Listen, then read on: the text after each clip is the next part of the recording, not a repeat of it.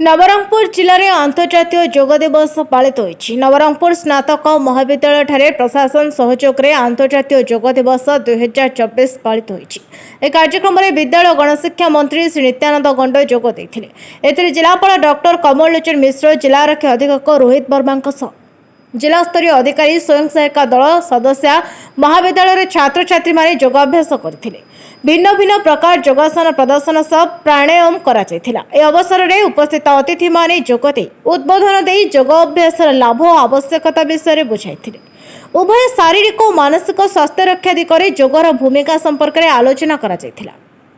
नवरंगपुर श्रीहरि विषयक report, Navrang live.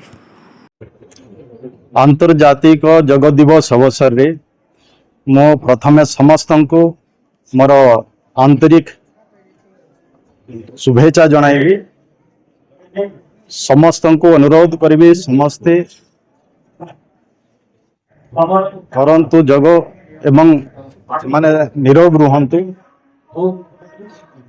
एवं ये आज सरकार तरफ आज प्रति जिले में अनेक सरकारी बेसरकारी अनुष्ठान मानक माध्यम रे ये योग दिवस पालन होउछि। योग दिवस पालन अवसर में बहु संख्यार लोक सामिल होउछंती। वर्तमान समय रे आमे समस्ते योग को आपणैबा कथा एवं सुस्थ रहिबा कथा। सेथि पाई आज सारा भारतवर्ष कौन सारा विश्व रे आज योग को समस्ते आपणाई छंती। एवं आज भी सरकार सबू किछ स्वास्थ्य केंद्र रे भी योग शिक्षक देवार भी व्यवस्था करिसंते। तेणु ये योग को आमे अधिक गुरुत्व देई ए वर्षर 2024 रो थीम भी अछि हेगा पर सेल्फ एंड सोसाइटी।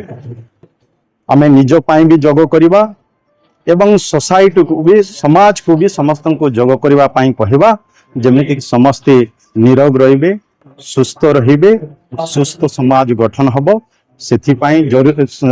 सेथिपाई ये जगर जो आवश्यकता अछि ताको धरि आज सरकार समस्त ये आमर प्राचीन साधना ये मुनि ऋषिंकर आम देशर मुनि ऋषि माने को अभ्यास करथिले और यशस्वी प्रधानमंत्री नरेंद्र मोदी जी ताको विश्व स्तर रे पहुंचाइबा काम जो जाति संघ रे 11 डिसेंबर 1914 मसीह रे जो प्रस्ताव रखिथिले ताको जाति संघ रे प्रस्ताव गृहीत हेतिला एवं 2015 रु जून 21 तारीख रे एटा सारा विश्व रे वर्तमान पालन होची।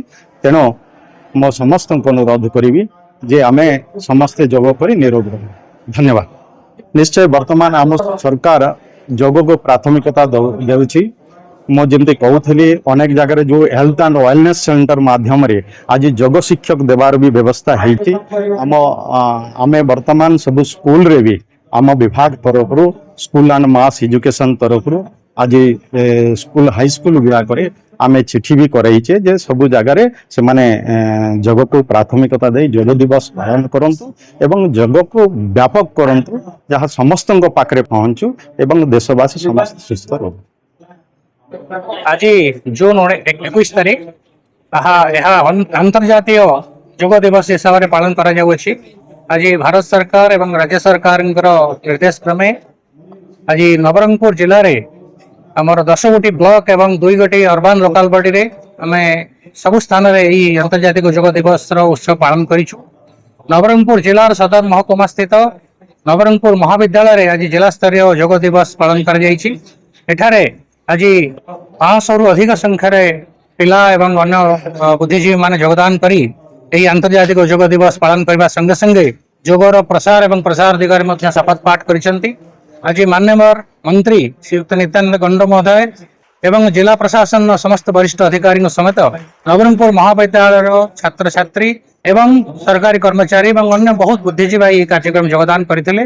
मोर विश्वास सारा विश्व को भारतर एक सॉफ्ट स्किल योग जो प्रदान करा जाइछि ता निश्चित भाव में समग्र विश्व रे प्रणिधान हासिल करिवो एवं लोकमाननकु स्वस्थ शारीरिक एवं मानसिक एवं आध्यात्मिक जीवन यापन करिवार साहाय्य करिवो।